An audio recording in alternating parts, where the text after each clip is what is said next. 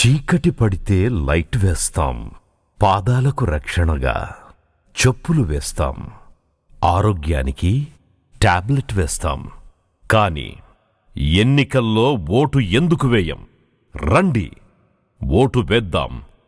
Vote వేయడం మన హక్కు, మన బాధ్యత.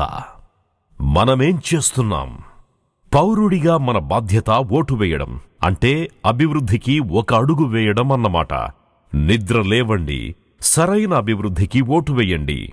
రండి, ఓటు వేద్దాం, అభివృద్ధికి అడుగులు వేద్దాం. ఈ ప్రకటన జారీ చేసిన వారు తెలంగాణ రాష్ట్ర ఎన్నికల సంఘం.